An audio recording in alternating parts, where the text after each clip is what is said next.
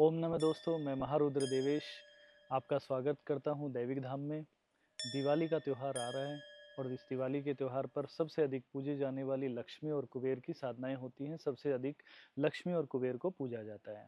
इनका इतना अधिक स्थान क्यों है? क्योंकि लक्ष्मी देवी और कुबेर जी दोनों धन का स्थान रखते हैं।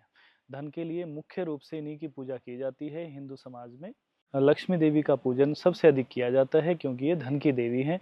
इनको एक मुख्य स्थान दिया गया है। इनका स्वभाव बहुत ही अच्छा होता है, स्वभाव में बहुत नर्म और सुशील होता है स्वभाव इनका।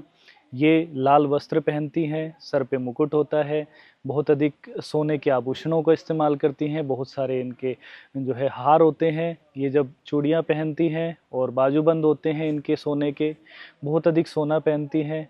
इनकी आवाज़ बहुत ही नर्म और अच्छे रूप में होती है, मंत्रमुग्ध करने वाली। इनकी कई प्रकार की सवारी मानी जाती हैं, जैसे उल्लू की सवारी, हाथी की सवारी, ठीक है। इस प्रकार से अलग अलग सवारियों पे आती हैं, अलग अलग रूप में मानी जाती हैं। लक्ष्मी देवी को धन की ही देवी मुख्य रूप से जाना जाता है। धन के कार्य, सभी कार्य करने में यही मदद करती हैं। जितनी भी धन की अन्य शक्तियां हैं, इन्हीं की सहचरी होती हैं, इन्हीं के साथ चलती हैं।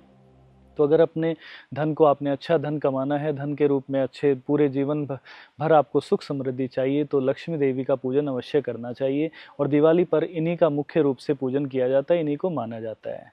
दूसरा हम बता रहे हैं कुबेर जी के बारे में। कुबेर जी यक्षराज हैं, यक्षों के राजा हैं।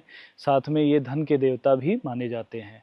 धन का सभी कार्य, या फिर लक्ष्मी जी की धन की सहायता, लक्ष्मी जी के कार्य जितने धन के होते हैं उनमें सहायता कुबेर जी ही करते हैं। तो अगर आपका धन से कोई कार्य रुक रहा है तो वो लक्ष्मी देवी के उससे रुक रहा है, लक्ष्मी देवी जी की कृपा कम है। और अगर कोई काम अटकता है, आपका कार्य अटकता है, तब आपका कुबेर जी के उससे अटक रहा है, कुबेर जी की कृपा आपको चाहिए होती है। तो लक्ष्मी और कुबेर की इकट्ठे पूजन अगर आप दिवाली पर करते हैं तो यह बहुत जल्दी आपको सिद्ध हो जाती हैं, बहुत जल्दी आपके कार्य बनते हैं।